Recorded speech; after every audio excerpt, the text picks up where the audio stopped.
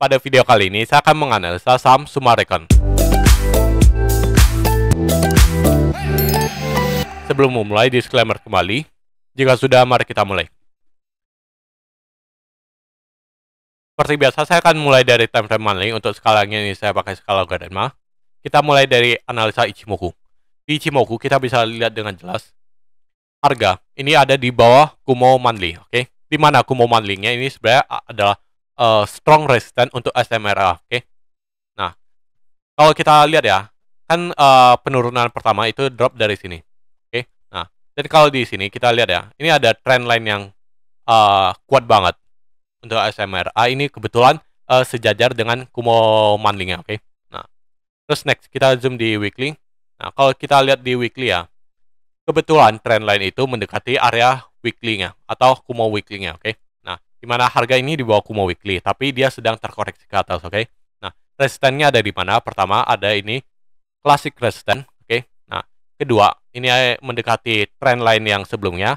Ketiga ini juga area Kumo weekly, oke? Nah, jadi SMRI ini sebenarnya secara trend weekly ini masih bearish, oke?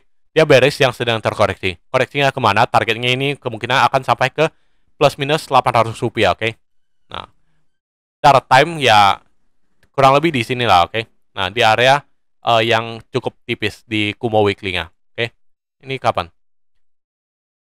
Oktober, November sih. Kurang lebih November, oke? Oktober pertengahan sampai November. Nah, terus next di daily kita bisa lihat ya. Kalau daily harga ini di atas Kumo, oke? Dan kalau kita lihat perdagangan 2 hari terakhir ini ditutup dengan candle yang cukup kuat. Jadi sebenarnya apakah dia sangat mungkin untuk ke area resisten ini 800 rupiah? Jawabannya sangat mungkin ya, oke? Nah, terus next. Berarti kalau dari Ichimoku sendiri kita bisa asumsi, kita bisa simpulkan kalau dalam 1 atau 2 minggu ini SMRA ini mengalami trend bullish, oke? Tapi sebenarnya trend bullish-nya itu cuma koreksi dari major bearish trend-nya, oke? Nah, terus next kita mau analisa dengan Elliott Wave. Kalau Elliott Wave ini kan udah impulsif kan? Nah, impulsif dan dia break mulai dari sini, oke? Nah, jadi kita abaikan yang belakang, kita fokus ke yang ke depan, oke? Nah, di sini kita lihat ya. Ini kayak 5 gerakan pas COVID dan ini ada divergence. Jadi di sini bisa kita counting sebagai 1, 2, 3, 4, 5. Yang mana 4 masuk area 1 artinya ini adalah diagonal. Oke. Nah, atau kalau nggak mau di counting 1, 2, 3, 4, 5, ini juga bisa di counting sebagai W, X, Y, X, Z. Bentar. W, X, Y, X, Z. Oke. Nah, tapi karena ini udah lewat pas penurunan Mei 2015 sampai ke April 2020, ini udah lewat, jadi kita abaikan aja, nggak usah dipusingin, oke? Nah, kita fokus ke sini, oke? Nah, berarti setelah koreksi ini, next apa? Next, apakah dia impulsif? Belum tentu ya. Sebenarnya iya, bisa jadi ini 1, 2, 3, 4, 5. Nah, ini ada kemungkinan. Nah, tapi ada kemungkinan juga sebenarnya dia ternyata akan membuat koreksi yang lebih besar lagi, yaitu ABC. Dan nanti ada next penurunan lagi, oke? Nah, itu semua kemungkinan mana yang bisa terjadi, apakah dia akan jadi ABC atau 1, 2, 3, 4, 5, itu semua tergantung dari fundamental dari Summarecon-nya sendiri, oke? Nah, berarti kalau kita udah lihat nih, oh dia ada ABC atau ada 1, 2, 3, 4, 5. Artinya ya, ini ada 1 kali kenaikan, oke?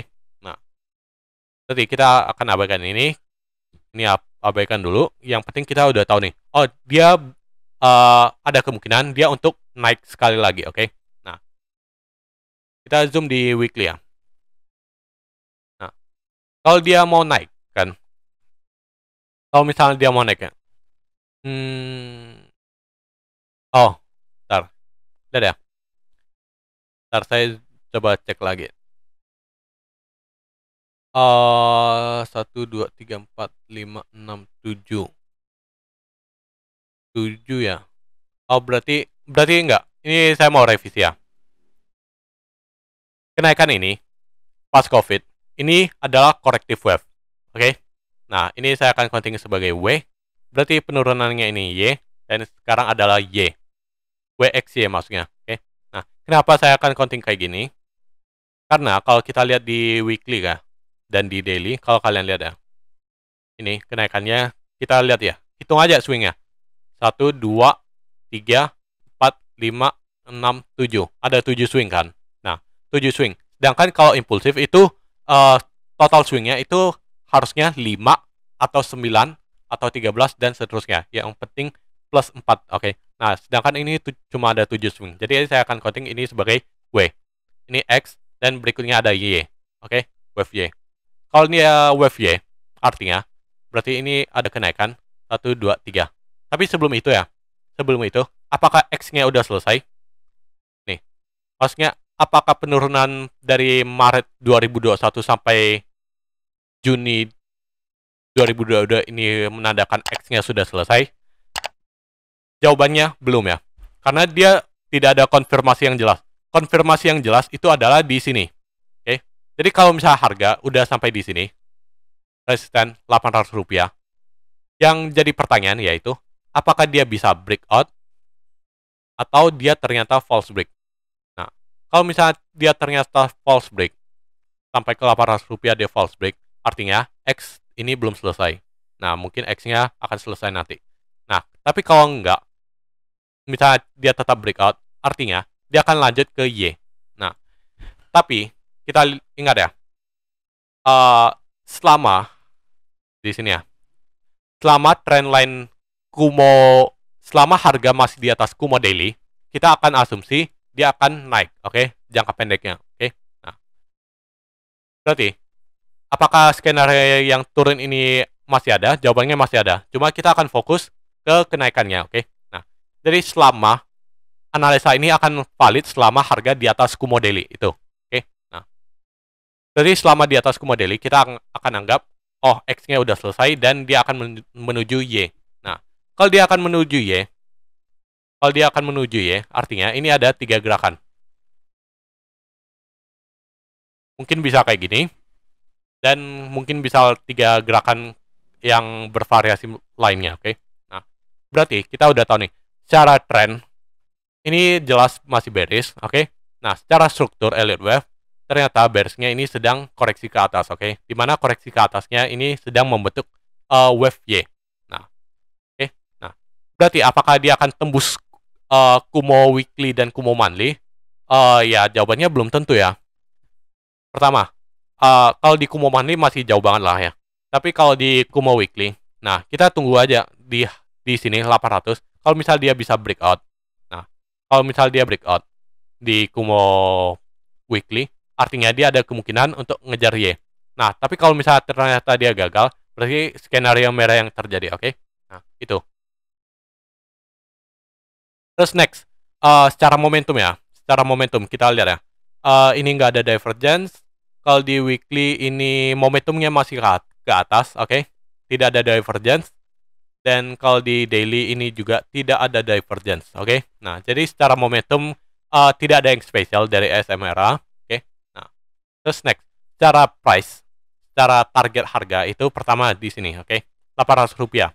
Nah, next, kan kita akan asumsi kalau dia lebih cenderung akan naik karena dia akan bertahan di atas Kumo daily, oke? Nah, selama harga bertahan di atas Kumo daily, ini adalah target pertama, oke? Rp800.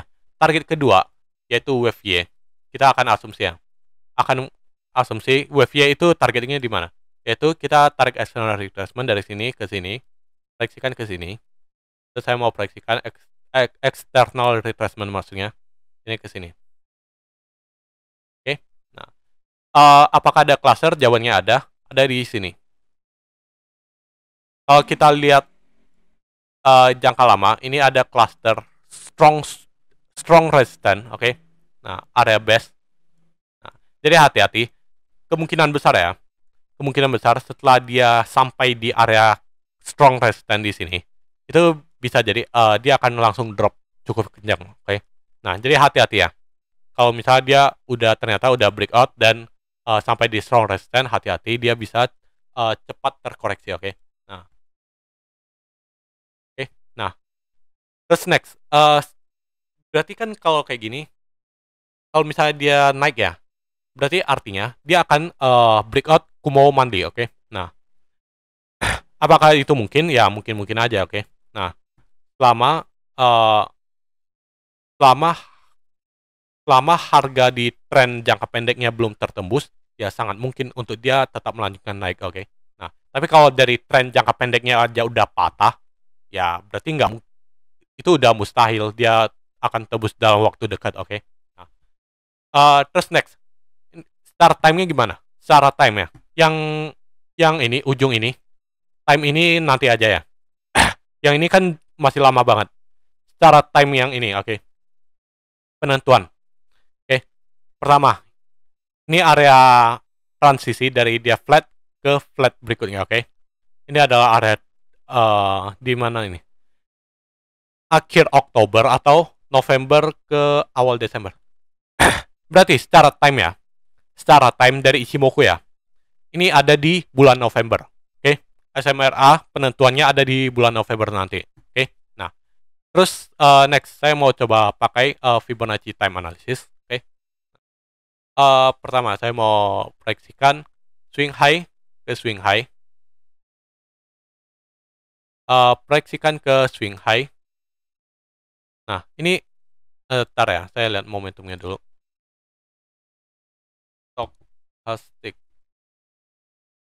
Stokastik yang biasa saya pakai 2633.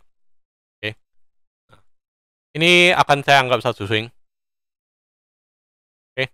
Nah, kenapa? Karena kalau kita lihat ya, di sini itu ketika dia turun sejak November sampai Juli, ini kurang lebih satu swing lah. Momentumnya nggak banyak berubah, oke? Jadi saya akan anggap satu swing. Nah, tadi swing high ke swing high berikutnya. Nah, terus next, saya mau proyeksikan swing low ke swing low untuk proyeksikan ke swing high berikutnya. Nah, terus saya mau proyeksikan swing high ke swing low, proyeksikan ke swing low untuk cari swing high berikutnya. Nah, kalau dari sini udah ada 3. Pertama nih, dan ini adalah area cluster, oke? Clusternya ada di Desember awal, oke? Awal Desember. Berarti secara Fibonacci time dan secara Ichimoku ini kurang lebih ya ada di antara November atau awal Desember, oke? Jadi plus minus area sini lah, oke? Nah, jadi kita udah dapat nih secara target price dan time itu kurang lebih di sini, oke? Nah, di Rp800 di November atau paling lambat di awal Desember, oke? Nah, kalau misalnya harganya udah sampai dan dia ternyata masih bisa bertahan cukup lama di sini, artinya ada kemungkinan untuk dia break. Tapi kalau misalnya harga baru nyampe dan dia langsung false break alias turun, artinya ada kemungkinan besar dia akan melanjutkan penurunan, oke? Itu aja untuk secara teknikalnya, oke? Nah, terus next, kita mau cek secara fundamental. Pertama saya mau cek, cancel. Pertama saya mau cek fundamental, yaitu kinerjanya, yaitu ekuitas per tahun dan EPS per tahun, oke? Nah, saya mau zoom out ya. Nah, nih lihat nih. Book value naik terus, cukup bagus. Dan kalau EPS ini naik dan dia drop di pas 2015 maksudnya, makanya ini sempat drop cukup tajam ya. Nah, karena penurunan EPS yang cukup signifikan, oke? Nah, terus pas COVID juga drop kembali, oke? Nah, terus berarti secara kinerja perusahaannya kayak gimana?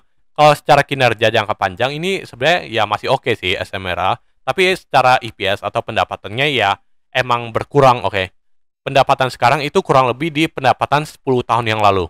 Nah, jadi apakah bagus banget juga bagus, tapi nggak sebagus itu, oke? Nah, terus kita mau cek secara per quarter ya EPS-nya. Nah, kalau EPS per quarter, hilangkan ini dulu. Nah, kalau EPS per quarter ya, saya lihat ya, dia kurang lebih udah balik ke EPS sebelum COVID, oke? Sebelum COVID kan, pas COVID kan dia ini kan, ini EPS-nya drop banget, oke? Nah, sekarang ini EPS-nya udah balik ke kurang lebih ke area sebelum COVID, oke? Nah, makanya itu adalah sentimen positif untuk SMRI itu untuk terjadi koreksi ke atas, oke? Nah, jadi SMRI secara fundamental ya. Nah, secara fundamental mendukung dia untuk naik ke atas itu karena pendapatan dari SMRI ini udah balik ke kondisi sebelum COVID. Nah, itu adalah faktor yang mendorong secara fundamental ya. Nah, terus next, saya mau cek secara rasio keuangan, oke? Yaitu PBV dan PER. Seperti biasa, saya mau gabungin Bollinger Band untuk PBV dan tidak lupa untuk ROE, oke?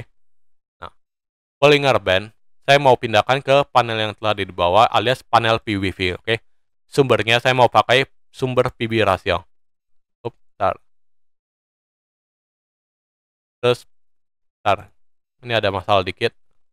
Bentar, saya ulang ya. Saya langsung pakai template aja, biar cepat. Oke. PER. Nah. Oke. Nah, ini untuk yang bagian atas ini adalah PBV. Oke. Nah, untuk PBV-nya dan ini Bollinger Band-nya ini settingannya sumbernya PB rasio ya. Untuk panjang Bollinger Band-nya 260 karena kalau di weekly 260 candle ini setara 5 tahun, oke? Artinya middle band-nya ini adalah rata-rata PBV 5 tahun terakhir. Nah, terus upper band, lower band-nya ini adalah kondisi dia relatif murah dan relatif mahal, oke? Kalau dia sampai ke lower band artinya dia relatif murah, kalau dia ke upper band relatif mahal, oke? Nah, next, kita lihat ya. Pertama, PBV ini di bawah rata-rata 5 tahun terakhir, oke? Nah, artinya apakah dia mahal? Jawabannya tidak. SMRA di kondisi sekarang 720 ini tidak mahal, oke? Nah, terus next. Berarti kalau dia mau naik, apakah dia akan naik ke rata-rata 5 tahun terakhir? Ya mungkin aja bisa, oke? Nah, kalau misal dia mau naik ke rata-rata 5 tahun terakhir, berarti harga sekarang itu 720. Bagi PBV sekarang itu 1,33. Kali middle band-nya yaitu 1,75. Artinya SMRI ini punya resisten kuat di area 947. Oke. 947. Nah, ini adalah strong resisten pertama SMRA secara fundamental. Oke. Nah, terus next. Kalau misalnya tadi ya, kan tadi ada skenario the drop karena dia false break, oke? Nah, berarti kita akan lihat nih secara fundamental kalau misal dia false break itu kemana? Berarti dia akan menuju ke lower band-nya, oke? Tadi ya, 720 harga sekarang dibagi PBV sekarang 1,33 kali 0,85 alias ini lower band-nya 460. Nah, ini adalah kondisi di mana kalau misalnya harga ini ternyata akan ke-reject di area 800 rupiah, oke? Nah, meskipun ada sentimen positif, yaitu EPS-nya itu udah balik ke EPS sebelum COVID. Nah, tapi ini tetap saja ada kemungkinan kalau dia ke-reject di area 800 rupiah.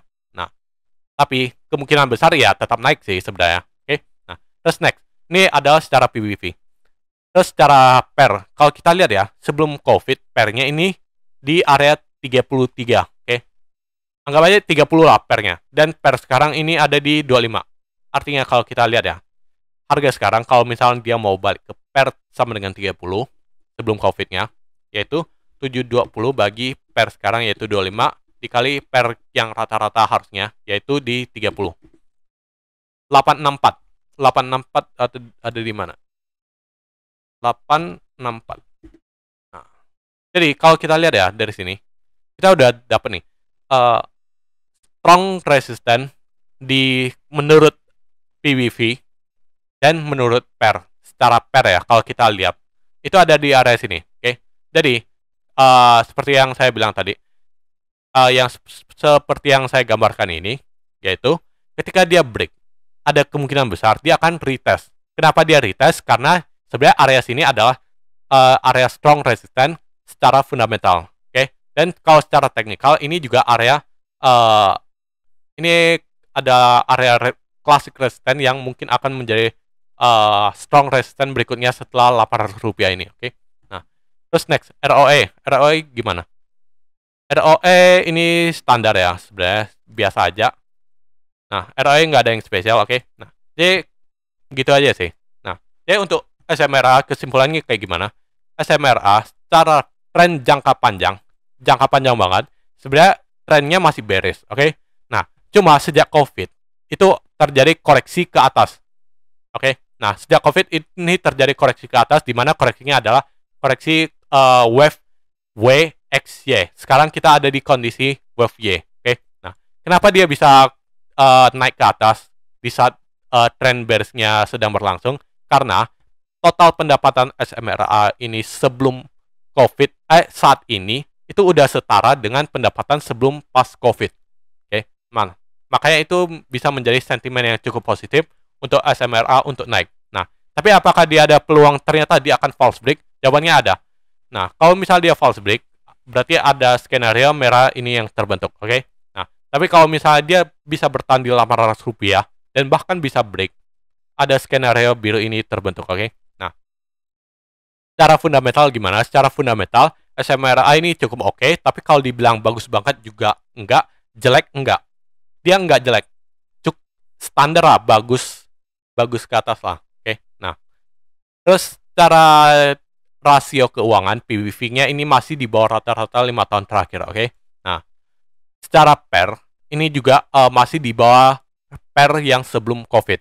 Nah, artinya masih ada kemungkinan untuk dia melanjutkan kenaikan untuk mencapai rasio keuangan atau rasio PBV dan PER yang lebih normal dari sebelumnya, oke? Nah, tapi tetap aja kita nggak bisa pungkirin kalau misalnya terjadi false break ya, dia supportnya ada di mana? Ada di ini 460. 460 ini jelas ini adalah strong support untuk SMRA, oke? Nah, oke. Sekian untuk SMRA, semoga bisa membantu. Disclaimer kembali. Sekian dan terima kasih.